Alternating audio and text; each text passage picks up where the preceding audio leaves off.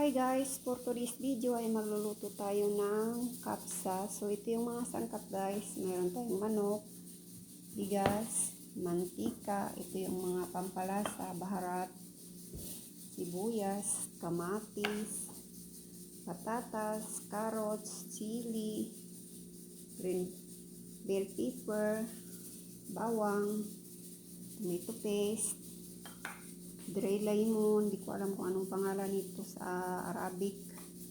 Tapos mayroong kurkum ito guys, turmeric, pero matigas pa siya.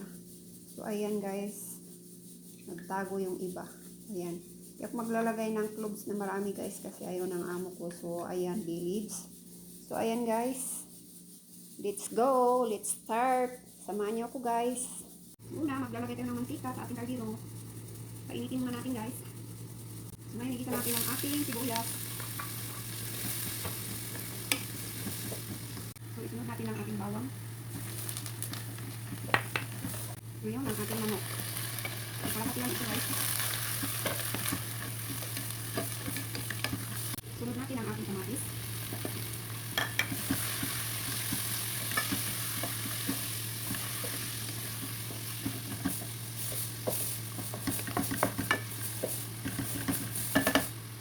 Akalan natin guys.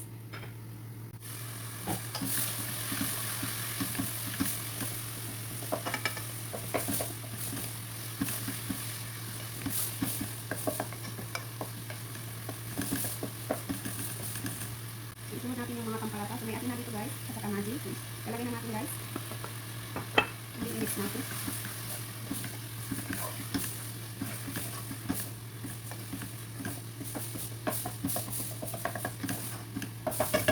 Ngayon maglalagay tayo ng tomato paste. Mix ulit. Ngayon isunod natin ang bilis. At saka kurkum, at saka yung clove. Mix. Mag-add tayo ng tubig guys.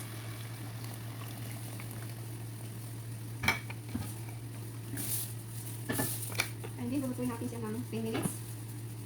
So after 10 minutes, ilalagay natin ang ating vegetable. At lulutuin naman natin siya ng mga 15 minutes. And then sunod natin ang ating bigas. And then sunod natin ang ating bigas.